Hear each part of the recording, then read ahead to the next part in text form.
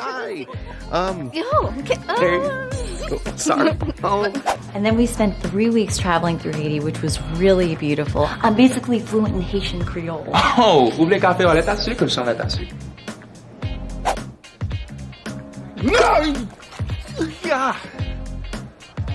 All I'm saying is I've heard your freestyle, and it isn't easy on the ear. I might not be as good as you. I don't freestyle. I don't even like rap. Yeah, but people like good music, and it's got like the rhythm, and I think Open!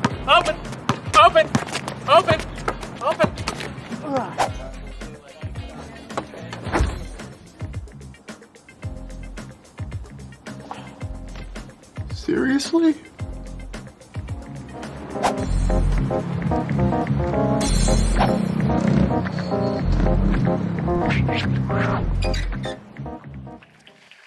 Well, again, good morning and welcome to Grumlaw. We really are so stinking happy that you are here today. As I look around and I see all your faces looking back at me, it's really, really humbling that you would decide to make Grumlaw a part of your week, because as Melissa said, I totally get that feeling. Walking into a new place can certainly feel a little bit intimidating, even as adults. So again, we are so glad you decided to make Grumlaw a part of your week. If you were not here last week, we started this brand new series that we've already alluded to called I Don't Understand What I Do.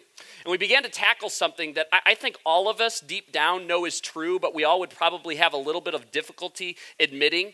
And that's this, that we all, whether you call yourself a Christian or not, we all do things all the time, in fact, where almost immediately after doing that thing, we ask ourselves, what in the heck was that? Why did I do that? What were you thinking? And as we discovered last week, this isn't a new problem for people. Apparently, this is something that people have struggled with since the beginning of time, or at least the last couple thousand years. And the reason that we know that to be true is because there's a guy that goes by the name of Paul, and Paul wrote better than half of the New Testament, which is the second half of this book that we refer to as the Bible. And Paul would write all these letters to all these different churches that were popping up in the first century. And one of these letters he wrote was to these early churches that were popping up in the city of Rome. And in this letter that he titles Romans, he has this to say on the subject. He says, I do not understand what I do. I do not understand what I do. For what I want to do, I do not do, but what I hate, I do. And again, every single one of us can relate to that. Why did you eat that? Why did you call him? Why did you call her? Why did you hit snooze? Why in the heck would you say yes to that? Why did you agree to that? Why would you sign that? Why would you do that again? For the life of me, I can't understand why you would possibly buy more of those. I do not understand what I do. And so last week we began to tease this whole thing out. And so if you weren't here last week, I can't encourage you enough to go to grumlaw.com/messages. Get yourself caught up there. You missed the whole intro to the beginning of this series. We'll give you a quick recap here in just a second. Or you can find us as well under Grumlaw Church, wherever it is that you happen to grab your podcast. But the thing that we really began to tease out, this question that we began to tease out last week is this, is why would any of us continue to do these things that hold us back? Why would any of us make a conscious decision to do something that we know is going to lead to regret? Why would we do things that we know are certainly not what is best for you, but also not what is best for the people around you? And this is why this series is so incredibly applicable to every single person that is sitting in this room. Because this isn't a Christian thing. This isn't a churchy thing. This is a human being make you better at life thing. Because believe it or not, and this is really kind of at the core of what we're talking about, by continuing to say yes to that thing that you know leads to regret, by continuing to say yes to that thing, and I get it, that might feel good in the moment, but 100% of the time leads to a moment where you're staring yourself in the mirror going, you idiot, why would you do that? By continuing to say yes to that thing, you are actually holding yourself back from where you ultimately want to be. Again, whether you call yourself a Christian or not. And so last week we began to kind of explore this question, okay, well, how do we kind of take control of those things that are actually holding us back? How do we break these habits that for a lot of us, let's be honest, have been literally a lifetime in the making? And so for the rest of the series, that's what we're going to do. We're going to dive into some of these really commonplace, these very frequent sins. And I know some of us aren't totally comfortable using that word yet, but these common sins, these common things that seem to so frequently appear in so many of our lives. And let's look at, okay, well, how do we get these things out of our lives? And in fact, why should we even care about getting these things out of our lives that are indeed holding us back? So to get us all on the same page here this morning and to get us on task for what we're going to be talking about, I'm going to show you a list of phrases I'm going to show you a bunch of words, and I want you guys to do your best to try to tell me what it is you think that we're going to be tackling here today. And we've already kind of hinted at it, so this isn't a real brain buster. But chit chat, buzz, scuttlebutt, hearsay. I don't need to read all these. Small talk, rumor has it. Anybody want to take a stab at what we're talking about today? Gossip. There's like 6 of you that got that. The rest of you a little slow. Yeah, that beautiful little 6-letter word there, gossip. This word that, as we see here, is really, really easy to disguise under other words, under other phrases that frankly have a lot less of a bite to them, right? It's easier to say scuttlebutt. Actually, nobody says scuttlebutt. What in the heck is scuttlebutt? It's easier to say rumor has it. It's easier to call it water cooler talk. It's easier to put these other phrases, this other terminology behind it, because when we say the word gossip, that immediately kind of gives it this dirty flair, this act that so easily seeps into so many of our lives, this thing that becomes so difficult sometimes to even identify. This last week, as I was preparing for this message, it was like, God just like delivered to me this incredible illustration, because wouldn't you know it, on my counter was sitting a magazine called Marie Claire, and I'm looking at Lisa because this was her magazine. Marie Claire, I don't know what the heck Marie Claire is. I should have asked Lisa what the heck Marie Claire is, but apparently people subscribe to Marie Claire. How good for her. That's not Marie Claire, I don't think, right? Confirmed? No, okay, it's not. All right, but notice here in the bottom left, one of the articles that's being highlighted, why gossip is good for you. Wouldn't you know it, gossip is actually a wonderful thing for you. I'm so thankful for Marie Claire and the fact that she was able to point that out for us. Now, I have to admit, I got pretty irritated at this, that there would be a human being that would try to rationally argue that gossip could actually somehow be a good thing for people. But the more I thought about this, and as I was actually processing this, and I really did do that, I thought, you know what, that statement isn't necessarily wrong. Because indeed, that's actually what gossip is, right? Gossip is actually for you. It is for me. It is for the person that is doing the gossiping. In fact, gossip elevates me at the expense of you. And so from that perspective, in that split second, in that moment when you have that hot detail, you have that thing that you just cannot keep to yourself, it is indeed good for you. But as we have all experienced, it is certainly not good for the you that you are talking about. When I was in high school, I've shared a little bit about my exploits in high school. Not exactly a good person when I was in high school. I put my parents through a lot of grief when I was in high school, made a lot of terrible decisions, and kind of came to a climax my sophomore year of high school when I was caught with drugs, which was just a wonderful moment in the history of my life. But that happened.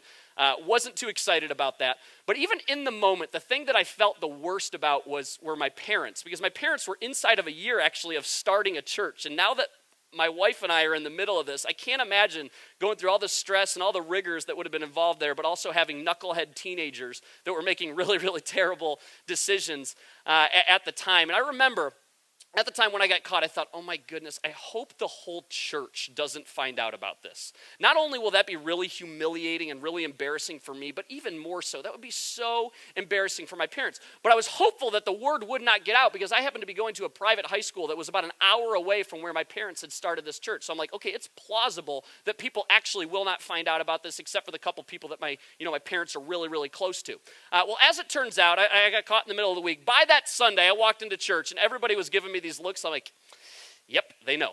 That's fantastic. I'm really excited about this right now.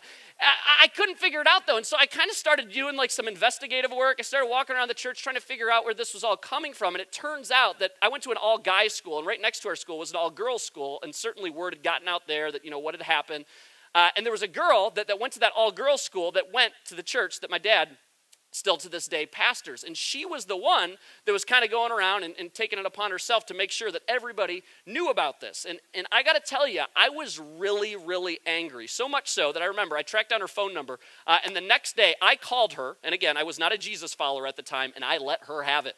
I was mad, and I let her know how much it was hurting my parents. I think I made up stuff and told her that my mom cried herself to sleep the night before. I wanted to do anything that I could to make sure that she understood how much it was not only hurting me, but hurting my parents as well. And the truth is, every single one of us, we have a story like that, where gossiping has hurt you. Where gossiping has certainly hurt the people around you. Where gossiping has had disastrous consequences on a relationship that's really, really close to you, the relationship that you have in your life. Gossiping, don't miss this, gossiping always 100% of the time hurts the you beside you. Now, for those of you that are sitting in the room today and you call yourselves Jesus followers, that should be good enough. I should be able to theoretically right now walk off the stage, and that should be enough reason for you never to gossip again. Because after all, gossip, put that next slide up, gossiping hurts people. Gossiping hurts people. And Jesus loves people, so much so that Jesus died for all people, including every single person that's sitting in this room. So don't hurt people Jesus died for. If you call yourself a Jesus follower, that should be good enough. I should be able to walk off the stage right now. As we really drove home in this last series that we're in, called Brand New, the way that you love God is demonstrated by how well you love the people around you. And you cannot love the people around you if you are gossiping about them, if you are talking about those people behind your back. Those two things are diametrically opposed. But, and I recognize this, not everybody that's sitting in this room today would identify as a Jesus follower. Some of you guys are still figuring this out. And by the way, we are so glad that you're here. And wouldn't you know it, even the Jesus followers sometimes need a little bit more convincing. And so for the rest of our time together, I'm going to appeal maybe to more the human side of this thing. And let's really explore this question of why shouldn't you gossip? Why shouldn't you gossip? Why shouldn't you talk about other people? Why shouldn't you talk about people behind their back? What's so bad? And I've heard this question many times. What's so bad about talking about another person, particularly if they never actually find out about it? Now, to get this question answered, I think it's important that we all have kind of the same understanding of gossip. I don't think anybody's ignorant enough to not know what gossip is, but it can be a slightly vague term. So for the sake of our conversation, gossip is this: sharing information which damages another person's reputation with those who have no need to know. I'm going to say that one more time. Sharing information which damages another person's reputation with those, let's read this last part together, with those who have no need to know, with those who have no need to be known. So to be clear, there are times when it is completely appropriate, mind you, completely necessary, when you should talk about another person when they are not present. We are not talking about those times. 2 times a year, semi-annually, we have management team meetings here at Grumlaw. Management team are the people like the board of elders that kind of oversee me. They help hold me accountable. They do things like determine my salary. They approve the budget around here. Anytime we make a big decision, we have to run it by them, and they're the ones that kind of say, hey, give us their stamp of approval. And at every single one of those meetings, every single time, one of the topics on the agenda is the staff. We have 9 people on staff here at Grumlaw, and we talk about by name those people. We talk about the things that are going really well, and we also talk about the things that aren't particularly going well. But it's important to remember the purpose of that conversation is not to damage their reputation. It is not to tear them down. In fact, it is actually the opposite of that. It is for their benefit. We're not talking about those times. So let's do our best this morning to just kind of take a deep breath, put our guards down, and be willing to discuss a topic that might be causing more damage than maybe you would be willing to admit, rather than coming to the defense of the very thing that is not only hurting the people around you, but as we will see this morning, is also hurting you. Now, to get a little bit more insight here on this topic, we're going to jump into a letter titled James. The reason that this letter is titled James is because the guy that wrote it goes by the name of James. He actually happens to be the brother of Jesus. Think about that for a minute. Growing up in a home where Jesus was your older brother. Tough act to follow, right? Now, it's also important to note that James was not a Jesus follower. He was not buying into what Jesus was selling until Jesus rose from the dead, because it turns out James was a simple guy. If his brother predicted his own death and his brother predicted his own resurrection, and then it actually happened, he was going to go with whatever his brother had to say. And again, if you are skeptical of Christianity, if you're still on the fringes of this and still trying to figure it out, you're like, this whole Son of God thing, that seems a little bit unlikely. What would it take for your older brother to convince you that he was the Son of God?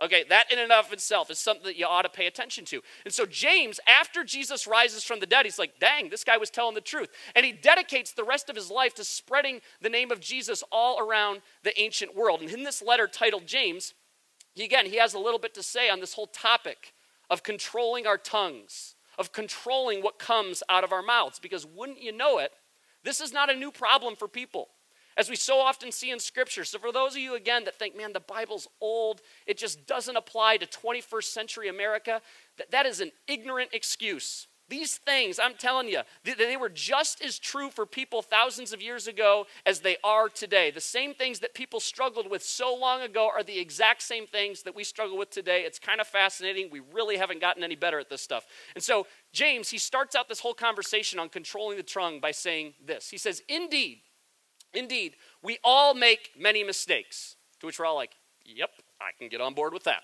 We all make many mistakes. He's establishing some common ground here. We all screw up, particularly when it comes to our mouths, particularly when it comes to the things that come flowing out of our mouths. Now, this is part of the reason that I think that this topic can be so difficult to discuss, because it's so incredibly commonplace. And every single person that is sitting in this room today has taken advantage of this sin at some point in their lives. See, it's really, really easy to point out the faults in other people when it's not really something that you've ever struggled with. Well, how could you look at pornography?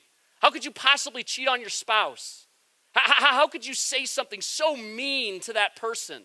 How could you hit him? How could you hit her? How could your anger get so out of control? But when you say something like, well, how could you talk about that person behind their back? Doesn't exactly have the same bite to it. You immediately sound like a hypocrite when you let something like that come out of your mouth, because no matter who you are speaking to, that person knows 100% in the moment that you at some point have also done just that. He continues, he says, for if we could control our tongues, we would be perfect and could also control ourselves in every other way. And I look at that and I'm like, amen, preach it, James. You do not have to be a Jesus follower for this to ring true. Far and away, the most difficult thing for any of us to control in our lives, again, whether you call yourself a Christian or not, is definitely our tongue. A lot of you will ask about the tattoos that I have. One of the tattoos I have right here is on my thumb, and it says, quick to listen and slow to speak. And I purposely put it right here on my thumb because I can't really hide it from my line of sight. It's weird to walk around like this. Or like this, it's always staring me right in the eye because I've recognized that in my life. This is a daily, in fact, a multiple times a day reminder to shut up.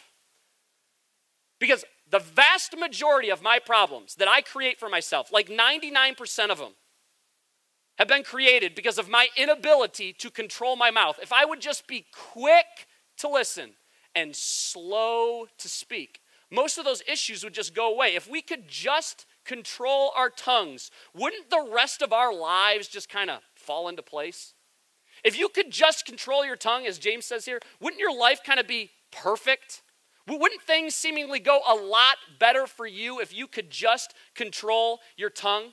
Again, think about this. Whether you call yourself a Christian or not, wouldn't your marriage have less conflict? Wouldn't your friendships indeed be more meaningful? Wouldn't your connection with your kids be far stronger? Wouldn't you get along better with your coworkers if you could just control your tongue? Every relationship, and that is no exaggeration, literally every relationship in your life would be better for it. And in turn, your life would be better for it. Let's take just one example within these ones that I just gave there. For all you married couples out there, think about how much better, how much improved your marriage would be if in your marriage you just practiced listening to your spouse. Quick to listen and slow to speak. Rather than trying to win the argument, rather than trying to win that conversation, you were just quick to listen. Think about how much better your marriage would be if you never had a negative thing to say about your spouse. That when all your coworkers gathered together and they started griping about your spouse, you walked away and said, I am never going to say a negative thing about my spouse, no matter how innocent it sounds. Let's take it a step further. Think of what would happen within your marriage if you made a commitment to each other that you were never going to negatively discuss another person in your marriage. That when it came to other people, you only spoke positive things. That instead, you used your marriage as a way to leverage and elevate the people that you have the privilege of knowing. Think of the ripple effect of just that. He says, we can make a large horse go wherever we want by means of a small bit in its mouth. And a small rudder makes a huge ship turn wherever the pilot chooses to go, even though the winds are strong. And he's starting to give us some illustrations here. He's starting to illustrate this point that the things that are very, very small can have a very, very dramatic effect. Growing up, we were a boating family. We still go boating a ton in the summer. And growing up, we always had inboard boats, which are like ski nautiques and mastercrafts, these boats where the propeller and the rudder actually sit directly underneath the boat, which makes them really great for water sports. But when the water gets really shallow, not such a good thing, because you have no ability to either raise or lower the prop and the rudder when you're driving in these boats. And so when you got to like low clearance, it was kind of like, okay, you just better get out of that situation. Otherwise, you're going to find yourself in trouble. Now, one of these times when I was in middle school, there was known that was in the lake that I grew up on, there was a rock wall. We don't really know why the rock wall was there still to this day, but apparently somebody thought one day that it was good to just dump rocks in a big pile in the lake. And for the most part, we avoided that rock wall. But I remember one time my dad was driving over the top of it. He's like, oh, crud, we're about to hit it. And sure enough, just like that crunch, you hear the crunch underneath the boat. We pulled the boat out of the water, and the rudder took a ton of damage to it. There were these like the little chunks taken out of it. There were these bends in it, but it was nearing the end of the season. We only had about another month left of boating. My dad said, okay, we're not going to worry about it. We're just going to fix it when we pull it out for the winter, and we winterize it.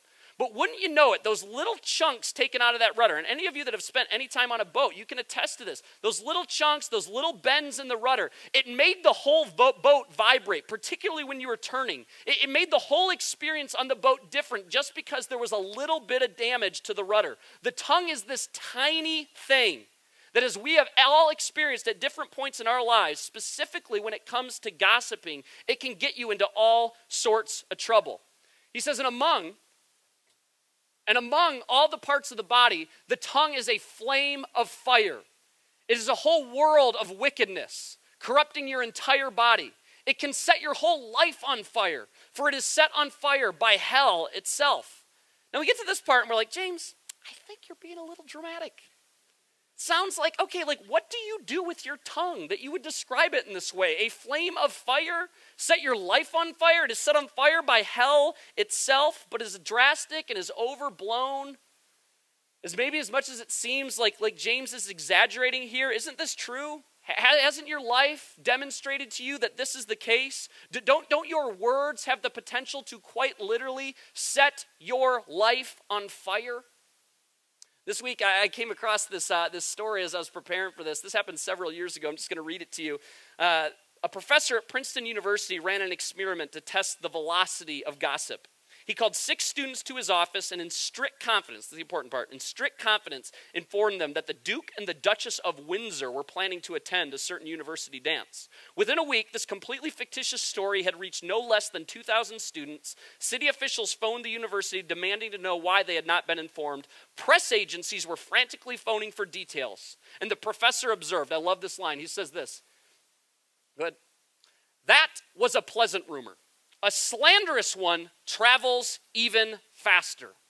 The tongue, our words, can cause some serious damage. So again, whether you call yourself a Christian or not, I think that we can all agree that our mouths have the ability to get us into trouble. We all have very, very personal stories where this has rang true in our lives, particularly in the realm of gossip. But practically speaking, how do we deal with our gossip?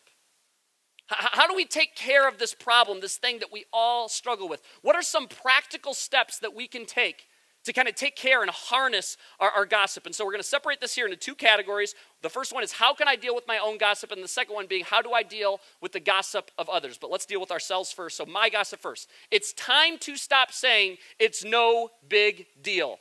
The tongue, our words, again, can cause some serious damage. We have to stop dismissing it as water cooler talk. We have to stop saying, okay, well, it's just not that big of a deal because everybody does it. As James just pointed out, and as we have all experienced in our lives, gossip destroys. It destroys relationships. It destroys marriages. It breaks down and it destroys trust. And gossip not only destroys trust between the person that is gossiping and the person that is being gossiped about, even if they never hear about it. It is a scientific fact. You are subconsciously diminishing the credibility of that person, not only in your mind, but also in the minds of the people that you happen to be gossiping to. And so often, think about this, the people that we are so quick to gossip about are people that we actually care about. Oftentimes, the people that you are closest to. How sick is that? See, not only does gossip hurt the you beside you, far more simpler than that, gossip actually hurts you. Take God completely out of this for a minute. You are ruining your credibility to the people that you are gossiping to. And why? Because you are communicating to the people on the other side of that gossip, I cannot be trusted. Do not trust me. See, in the moment, we think we are actually elevating ourselves because we have this hot, juicy, new piece of information. And while that might win you the best story at lunch award, you're telling all of those people, I cannot be trusted. When you share something with me, when I find out something about you, there's no telling who I might communicate that to. If someone will discuss others with you, I assure you, they will discuss you with others. Do not think that you are so special. You have not been placed on some pedestal that you are off limits to that person. When any of you think about the people that you respect most in life, in fact, when you think of the people that you just look up to the most in this world, I guarantee a person that runs their mouths does not come to your mind. Chances are the very person that you're thinking about doesn't really talk that much at all. They might even be quick to listen and slow to speak. We have to stop saying it's no big deal. Number 2 with our gossip, commit to building up rather than knocking down. Paul, in another one of his letters that he writes to these early churches, he writes one to a church in Ephesus. He has this to say. He says, let everything you say be good and helpful, everything you say, so that your words will be an encouragement to those who hear them. Make a commitment to not say anything about another person if it is not positive. If it slanders that person, you don't open your mouth. You should not say it. My dad growing up was the king of this. Even when he was not involved in the conversation, it could be like me and my brothers in the back seat of the van talking about another person, and my dad would be like, what's going on back there? You guys talking negatively about someone? Zip your lip, zip your lip. He'd like always yell this at us. And it was so irritating when I was in high school. It felt like I could never talk to anyone about anything. No, it just turns out that my gossip was out of control. Isn't that funny? Those of you that are a little bit older, the very things that used to drive you nuts about your parents are the very things that you kind of admire the most. If you make a habit of building others up and speaking life about other people, it's incredible how quickly gossip will just irritate you. It'll make your skin crawl. Now, one last thing as it relates to this particular point here. This is something that I've been practicing in my life for years. It's something that I challenge our staff to uphold, among each other, and it's something I really want to challenge us as a church as well. An imaginary conversation deserves a real conversation. We all know this. I mean, we sound like weirdos when we admit to this stuff, but there have been plenty of times where you're sitting in the shower and you're going, I can't believe she, and you have this whole conversation in your head with another person and they're not even there. You're on your way to work. And you have this whole conversation that you really want to let your boss have it. An imaginary conversation deserves a real conversation. Oftentimes, the gossip begins in our heads and then it leaks out to other people. So nip it in the butt by actually having a conversation with that individual. I'm telling you, your relationship will be better as a result. One other challenge along these lines as well, share the last 10%. I don't expect you to know what the heck that actually means, but scientific data suggests that the people that you are even closest to in this world, your spouse, your best friends, or maybe it's relatives, maybe it's a parent, you generally speaking will only share 90% of what's actually ticking around in your head with that person. It's that last 10% though that is usually the root of the issue. And so we say that all the time around our office, even every one-on-one that I have with my staff. We'll sit there, they'll share everything. I'll be like, any problems that you're experiencing? Nope. And I'm like, can you give me the last 10%? And then they're like, okay, so here, this is bothering me. And it's like blood. That's all we really needed to talk about. An imaginary conversation deserves a real conversation, and share that last 10%. I know it seems scary in the moment, but I'm telling you, your relationship with that person will be better as a result. Next thing here with our gossip, get busy, get busy. Paul, in another one of these letters that he writes to, he's specifically addressing these young widows, people that no longer had their husbands around, and they're kind of getting this reputation for being busybodies and just going around and talking about people behind their back. And so he says this. He says, and if they are on the list, this list of young widows, they will learn to be lazy and will spend their time gossiping from house to house, meddling in other people's business and talking about things they shouldn't. So I advise these younger widows to marry again, have children, and take care of their own homes. In other words, get busy. Go find something to do. This is going to sound a bit like common sense, but I have a confession. Pretty much everything I say up here is common sense. It's just things that we need to be reminded of. But do you know why? Do you know why we often gossip? It's because you don't have anything better to do. It's really, really easy to start gossiping with your spouse when you've been sitting on the couch watching 8 straight episodes of Breaking Bad. Okay? It's really, really easy to gossip when your job becomes so easy and so mundane that, let's be honest, you could pull it off in 2 hours a day, so you are left with basically another 6 hours that you got nothing else better to do than wander from cubicle to cubicle and shoot the, you know what, with your coworkers. You have nothing else going on. It's easy to gossip when your life lacks a certain level of purpose. You have nothing else to talk about. Fill your life with meaningful work, and I guarantee you, you will have more meaningful things to talk about.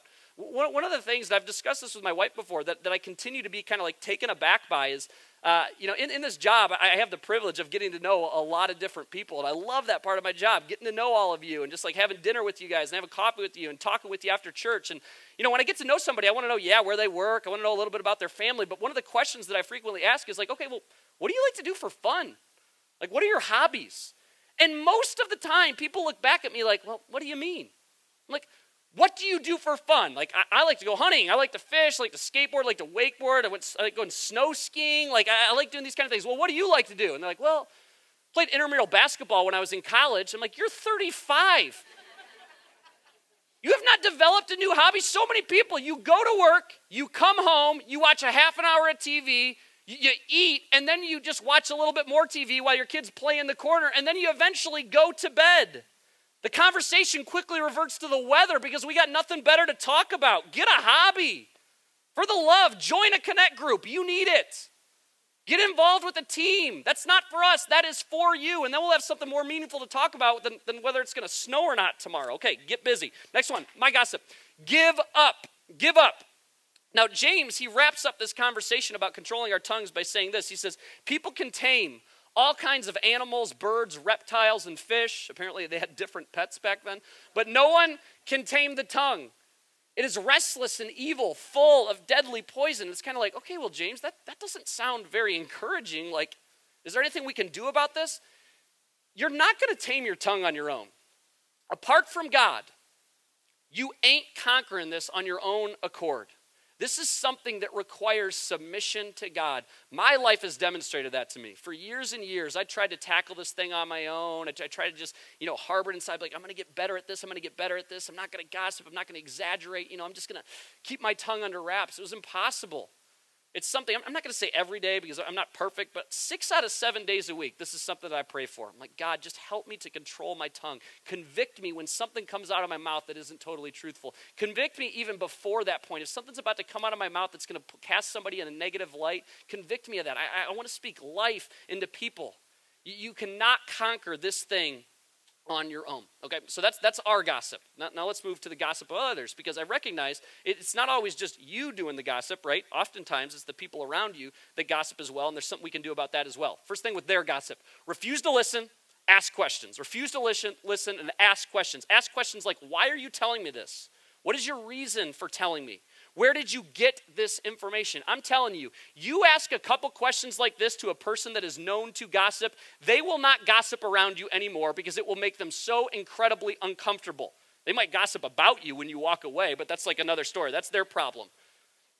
It puts that person on the spot and requires them to do some self-reflection, to examine their motives, and simultaneously it shuts down the gossip. This is one of the things that I really admire about Taylor Garuder, who's our Grumlaw Kids director. She is the queen of shutting down gossip around our office. She hears something that even sounds slightly gossipy, even slightly negative. She'll pop her head around the corner and be like, hey, is that positive? Are we speaking life to that person? And in that moment, yes, I will admit there's times where it's like, oh, Taylor, shut up. Get back to your desk. But I'm telling you, over time, when you think about the people that have said these types of things to you, don't you win respect for them? Don't you look at them in a more positive light? And that's exactly what we do for her. And then the next one here, when it comes to their gossip, can I quote you on this? Can I quote you on this? Think about this. If you were gossiping about another person, and in that moment someone was to ask you, hey, can I quote you on this? Would anything make you soil yourself faster? Can I quote you on this? A gossip has no desire to be quoted because most of the time they're not even sure of the information, and they certainly do not want to be involved in the solution. Otherwise, they would not be running their mouths. Now, if you're sitting here and you're like, hey, I'm kind of an introvert, and this kind of sounds intimidating. I don't know if I really want to do this. I mean, this kind of sounds bold. You're absolutely right, but do not think for a second that the people around you, when you are one that calls out gossip, don't think for a second that those people are going to lose respect for you.